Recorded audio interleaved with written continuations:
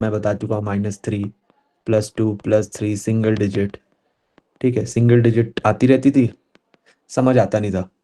फिर वहाँ से एक पूरी जर्नी थी ऐसे 30-35 के अराउंड की। तो उसमें सबसे इम्पोर्टेंट पोर्शन जो था, रीडिंग थी नो डाउट, आरसी सॉल्विंग थी नो डाउट, उसमें रीजनिंग थी नो डाउट, बट सबसे इम्पोर्टेंट यह पार्ट था मेरा मॉक एनालिसिस का। ठीक है, जो मुझे यहाँ नेगेटिव से यहाँ तक लेके गया। बहुत ऐसे खतरनाक लेवल पे नहीं जा पाया था मैं, बट ये भी एक काफ़ी अच्छा लेवल है जिस जहाँ से शुरुआत करी थी उसके कंपैरिजन। तो देखो, मॉक एनालिसिस क्या करना है, जैसे तुम्हारे 24 क्वेश्चंस है। ठीक है, तुमने एक बार दिया पेपर, तो मे बी तुम्हारा एक्चुअल या फिर ऑप्टेन्ड स्कोर आया 15 मार्क्स। ठीक है, तुम्हारा मॉक खत्म हो गया, तुम्हारे 15 मार्क्स है। उसके बाद तुमने विदाउट टाइमर दिया, और मे बी तुम्हारा एक्चुअल स्कोर 30 मार्क्स आ गया या 40 मार्क्स आ गया। ठीक है, म्यूट कर लेना प्लीज सब। 30 मार्क्स आ गया या 40 मार्क्स आ गया, तो इससे तुम्हें ये सी चीज क्लियर हुई कि यार यहाँ पे दो चीजें तुम्हारे पास विंडो खुल जाती है, एक ये या तो ये। तो हर एक इंसान में दो इशू हो सकते हैं, या तो उसको नॉलेज का इशू है, नॉलेज इशू है जिसको तुम गैप ले लो, या तो उसको स्पीड का इशू है। ठीक है, तो अगर तुम्हारा जो ऑप्टेन्ड स्कोर था, जो तुम्हारे मॉक में आया, और जो तुम्हारा यहाँ पे आया, जो टाइमर विदाउट टाइमर देने के बाद जो एक्चुअल स्कोर आया, उसमें बहुत ज़्यादा फर्क है। मतलब तुम्हारा विदाउट टाइमर आ रहा है 40 स्कोर। ठीक है, कि यार मैं कर तो लेता हूँ, मैं निकाल तो लेता हूँ चार में से आंसर, बट मैं पेपर के अंदर नहीं कर पाता। तो यहाँ पे अगर तुम्हारा सॉरी, ये तुम्हारा, एक मिनट रुको, ये यहाँ पे आएगा कि 40 मार्क्स मैं ले आता हूँ विदाउट टाइमर, बट मैं पेपर के अंदर नहीं कर पाता हूँ। ठीक है, कुछ लोगों के साथ ये इशू होगा। तो उनको क्या इशू है यार, कि उनको देने चाहिए यहाँ पे सेक्शनल्स। ठीक है, उनको सेक्शनल्स देने चाहिए ज़्यादा, क्योंकि दैट विल हेल्प देम। क्योंकि एक फियर होता है यार टाइमर का, जैसे ही टाइमर दिखने लगता है ना, तो तुम्हारी हालत खराब होने लगती है। ठीक है, तो उनको सेक्शनल देने चाहिए, क्योंकि उनको नॉलेज तो है, क्योंकि अगर 40 मार्क्स आ रहे हैं तो उनको समझ तो आ रहा है कि यार दो ऑप्शन में से कौन सा सही है कौन सा गलत है। ठीक है, इतनी चीज़ उनको अंडरस्टैंडिंग है।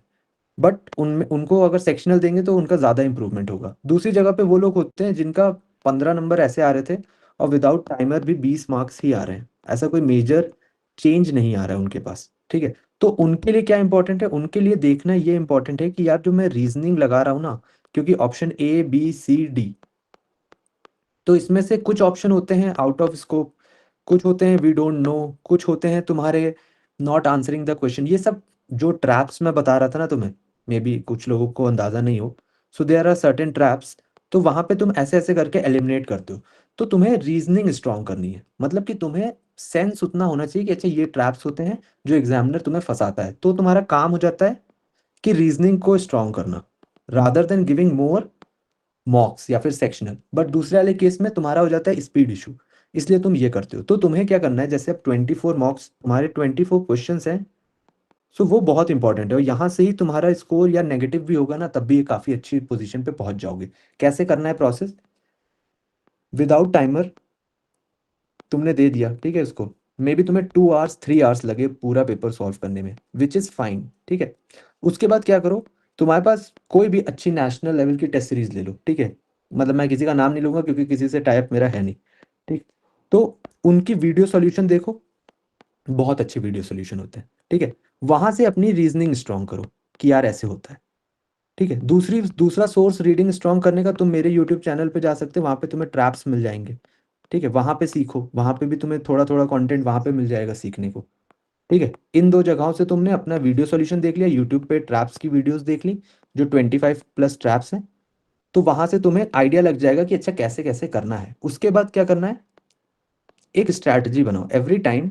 तुम जैसे तुमने आज दिया मॉक, ठीक है, सो ये सब तुमने जो काम किया, ये जो सॉल्यूशन देखे और ये सब देखे, तो मे बी इसमें तुम्हें 2 to 3 डेज लग जाएंगे, क्योंकि हर दिन अगर 1 घंटे 2 घंटे तुम एनालाइज कर रहे हो, so it's a time taking process, ऐसे ऐसे चुटकी में नहीं हो जाएगा। ठीक है, तो जब ये 2-3 दिन हो जाए, तो फिर एक दिन बैठो कि यार जब वो 40 मिनट्स का टाइमर स्टार्ट हुआ था, तो मैं क्या क्या सोच रहा था। ठीक है, उसको एक बार याद करो कि मेरे दिमाग में क्या क्या चल रहा था, और फिर उसके बेसिस पे सोचो कि यार अब मैं नेक्स्ट टाइम ये स्ट्रैटेजी बनाऊंगा। इस बार मैंने ये स्ट्रैटेजी बनाई थी कि RC2 कर रहा था, उसके बाद मैं VA पे चला गया था। ठीक है, फिर तुम स्ट्रैटेजी बना सकते हो कि यार VA पहले कर लेता हूँ, RC करके देखता हूँ। फिर तुम एक स्ट्रैटेजी बना सकते हो कि RC के जो स्पेसिफिक क्वेश्चन है, स्पेसिफिक क्वेश्चन का मतलब है जिसके बारे में तुम्हें मतलब कोटेड दे रखा है, उसको पहले कर लेता हूँ, इन्फ्रेंस वाले बाद में करता हूँ, मेन आइडिया वाले बाद में करता हूँ। ठीक है, ऐसे भी सोच सकते हो। तो इसमें तुम डिफरेंट डिफरेंट स्ट्रैटेजीज सोचो, और इस स्ट्रैटेजी को जैसे तुमने अगर सोचा कि अच्छा चलो फर्स्ट स्ट्रैटेजी लगाऊंगा, तो 3 मॉक्स का खुद को टाइम दो, 3 मॉक्स दो इस स्ट्रैटेजी पे। और अगर तुम्हारा कुछ स्कोर आता है जैसे 20, 18 और ऐसे 22, 23 आ रहा है, तो उसका एवरेज देखो, फिर तुम इसके 3 दो, फिर तुम उसका एवरेज देखो, फिर तुम इसके 3 दो, फिर तुम इसका एवरेज देखो। तो इससे तुम्हें क्या पता चलेगा कि यार ये जो 3 स्ट्रैटेजीज थी, ये 3 स्ट्रैटेजीज हैं, इनमें से कौन सी बेस्ट स्ट्रैटेजी है मेरे लिए।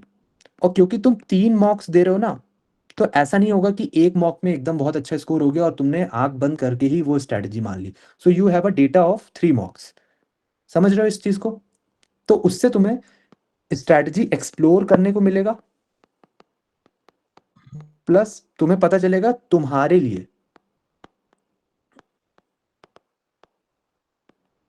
विच स्ट्रैटेजी इज,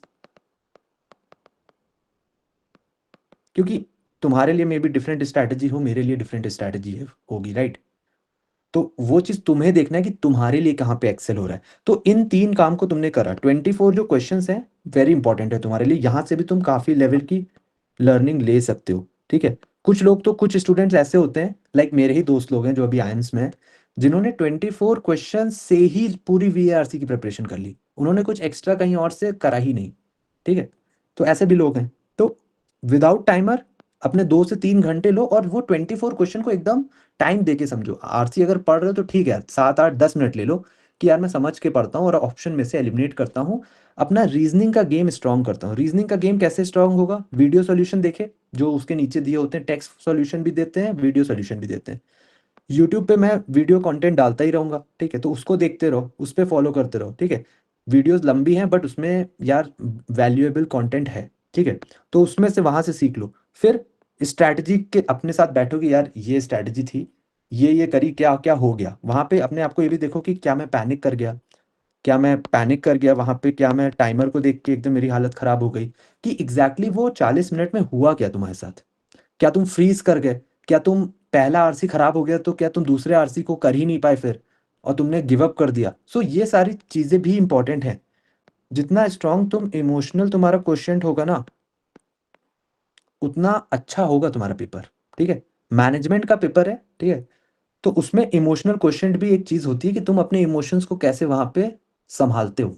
तो ये सारी चीजें तुम ही देख सकते हो कि यार मेरे साथ वो 40 मिनट्स में हुआ क्या था एग्जैक्टली।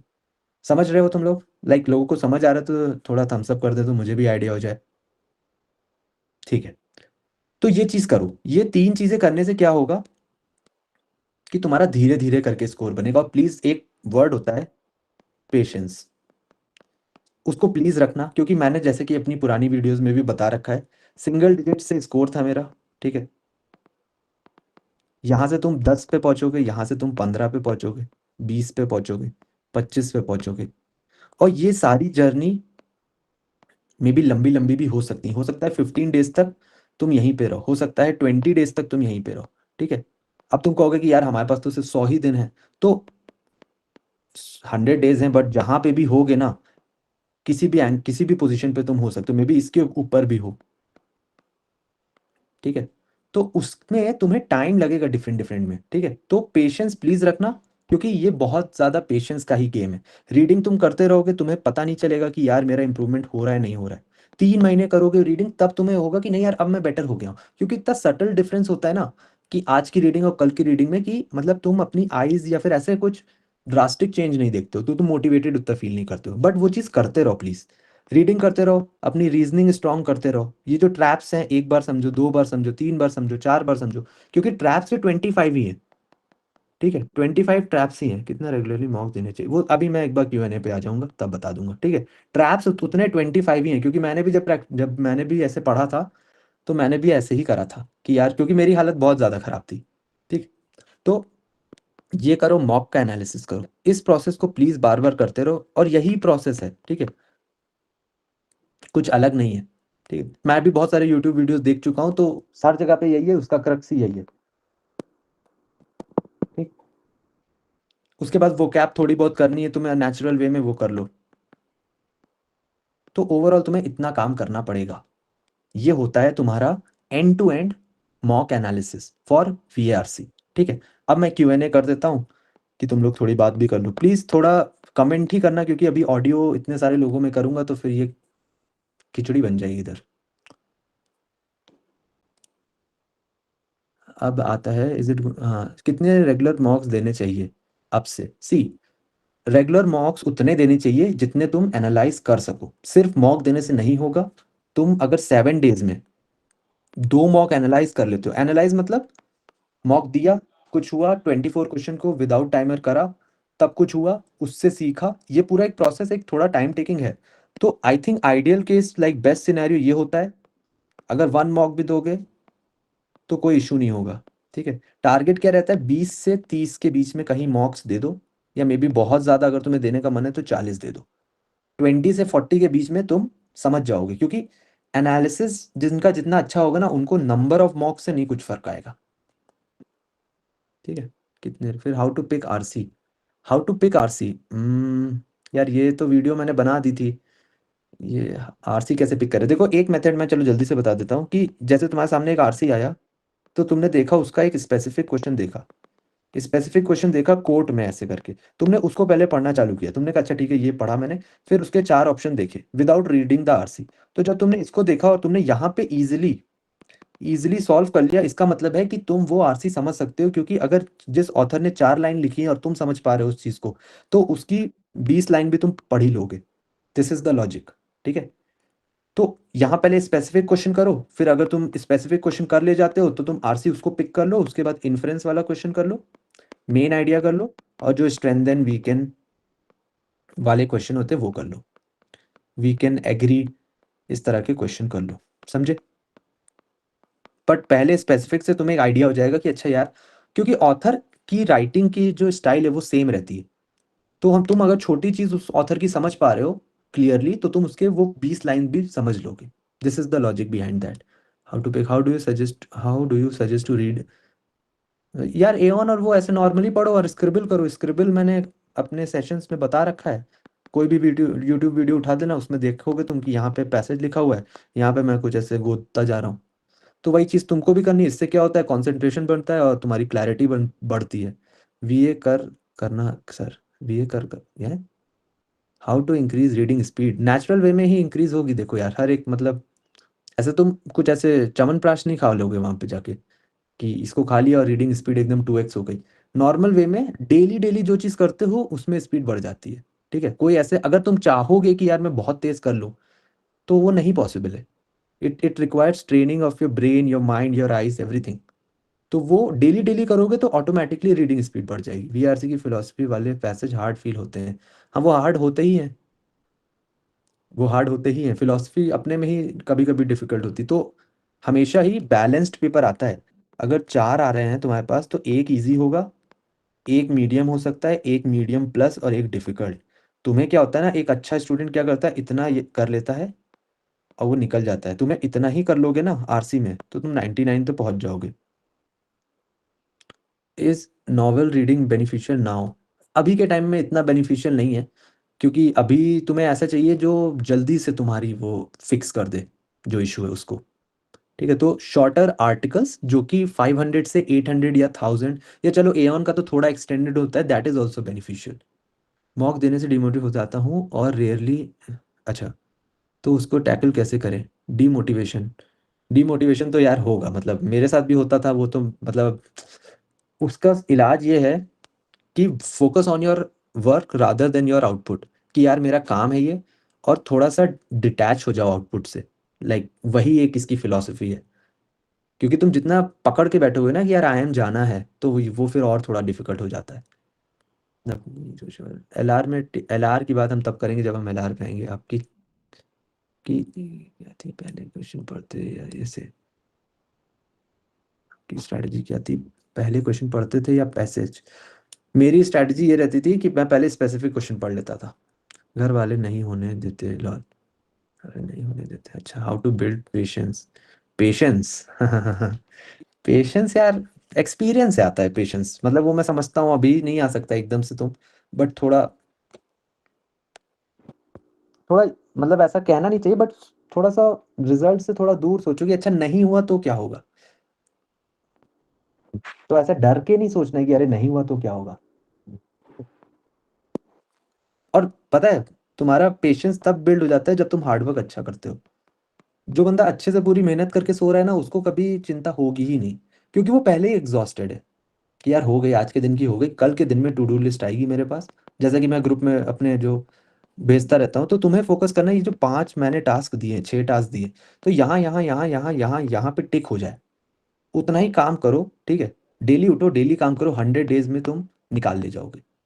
डेली डेली वो करोगे ना, और अगर नहीं भी निकाल ले जाओगे, क्योंकि 2022 में तो मेरा भी नहीं निकला था ना, बट अंदर ठीक था कि यार जब मैं पेपर वो खराब करके आया ना, तो मैंने कहा यार मैं अपनी तरफ से जितना कर सकता था वो मैं कर सकता था।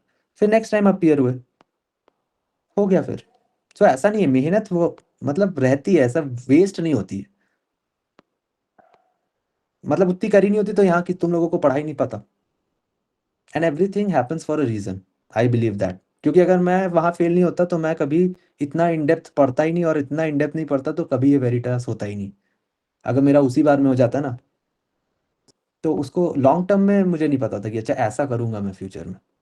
ठीक है, target number of questions we should aim for 16 to 20। हाँ, टारगेट नंबर ऑफ क्वेश्चन तुम्हारे 14 से 18 हो सकते हैं, is a very good number with a decent accuracy. ठीक है, अगर तुम 13 क्वेश्चन भी करते हो 80% accuracy, which is also very good, कोई इशू नहीं है उसमें। 18 क्वेश्चन करते हो 50% एक्यूरेसी से कोई फायदा नहीं है। तो बैलेंस ऑफ बोथ होना चाहिए, कि एक्यूरेसी और क्वेश्चन का बैलेंस होना चाहिए। सर आपने सेल्फ स्टडी किया था? सर मैंने हर जगह से स्टडी किया था। जॉब एक्स था क्या भाई? जॉब वर्क नहीं, मेरे पास वो नहीं था। मेरे पास पहले तो ये था ना, लाइक वो सब मैं बता चुका हूँ यार अभी, और फिर इसमें टाइम और चला जाएगा। वो सब हम बाद में डिस्कस करेंगे। आसपास वालों से बहुत प्रेशर फील होता है, everyone keeps asking the progress. उनको कह तो दे ही नहीं रहे कैट। मैंने तो ये बोल रखा था कि क्या करते हो, कुछ नहीं करता हूँ। अभी सोच रहा हूँ क्या करूँगा। ठीक है, कुछ और बता दो। मैं तो बोलता था एमएससी कर रहा हूँ। एनालाइज एवरी रॉन्ग क्वेश्चन का करना है या पूरे? बिकॉज समटाइम्स करेक्ट क्वेश्चन, पूरे उसका करना है। पूरे उसका करना है, ये भी देखना है कि यार क्या जो मैंने सोचा था वो रीजनिंग है भी, कि ऐसा भी हो सकता है कि तुम्हारे तुक्के में सही हो जाए। क्योंकि 25% तो चांस ऐसे ही है ना कि तुम्हारा आंसर सही ही होगा, कुछ भी तुम पिक करो। तो देखो कि वो कहीं तुक्के से हो रहा है कि उसके पीछे मैं लॉजिक समझ पाया हूँ या समझ पाई हूँ। अब तो सबको पता है, अब तो सबको पता है, रोटियां बना रहा, रोटियां रोटियां, हाँ, बना रहा हूँ। ये क्या बता रहा है भाई? एनी बैच, वो सब हम बाद में बात करेंगे। 3 sections I am not able to do per day. Did you do? Yes, I did। मैंने खुद भी करा। मेरे अपने जो सेशंस लेता हूँ उसमें भी तीनों चीज़ें एक साथ ही पढ़ाता हूँ, क्योंकि it's more about consistency. Believe me, it's more about consistency. अगर तुम डेली डेली VARC करते हो ना, डेली उठ रहे हो, 4 ऑप्शन दिख रहे हैं, एक एलिमिनेट, ऐसे ऐसे एलिमिनेट कर रहे हो, एक को सेलेक्ट कर रहे हो, तो जब कैट का दिन आएगा ना तब भी कर ही लोगे। Same thing goes for DILR। Daily उठ रहे हो, मैं क्लास में एक पजल ला रहा हूँ, उसको पॉज किया, उसको करा, उसको समझा, हर दिन यही कर रहे हो यार, तो 30th डे भी हाई चांस होती है कि तुम वो चीज़ कर ले जाओगे। Same thing goes for counts, क्योंकि हर दिन वो चीज़ घूम रही है घूम रही है घूम रही है। कितने आवर्स की स्टडी करनी चाहिए एट दिस टाइम? कितने आवर्स की स्टडी करनी चाहिए एट दिस टाइम? देखो, जो बता देता हूँ जनरल, 6 to 8 आवर्स अगर तुम फ्री हो पूरे, तुम्हारे पास कुछ और करने को नहीं है, और 4 to 6 आवर्स अगर तुम वर्क एक्स वाले हो। 12 घंटे नहीं पढ़ना होता है। एक आधे दिन पढ़ लिया तो पढ़ लिया, मैं भी ऐसे 12 घंटे नहीं पढ़ता था यार। एक एक दो दिन पढ़ सकते हो तुम पूरे एक मंथ में, कि 12 घंटे आज बैठ गया, क्योंकि बैकलॉग इतना ज्यादा हो गया, इतनी सारी चीजें हो गई उस सब चीजों की वजह से। जनरली 6 to 8 आवर्स ही एक ह्यूमन माइंड पढ़ सकता है, इतना मेरा एक्सपीरियंस कहता है। बाकी मैं ऐसे 16 घंटे की वीडियो नहीं, ऐसे थंबनेल बनाने के लिए अच्छा हो सकता है, बट वो सब नहीं होता है काम। ठीक है।